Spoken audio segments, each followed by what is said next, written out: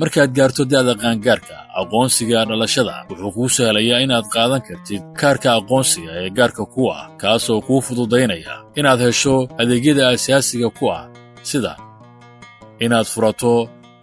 xisaabtaada bankiga, inaad simikaad ku furato, inaad ku qaadato baasaboorka, inaad ku qaadato shatigaaga darawalnimada, in carruurtaada iskuullada iyo jaamacadaha isaga diiwaangeliyaan, in qoyskaaga goobaha caafimaadka isaga diiwaangeliyaan, inuu kuu fududeeyo dhammaan adeegyada dawladdu bixiso iyo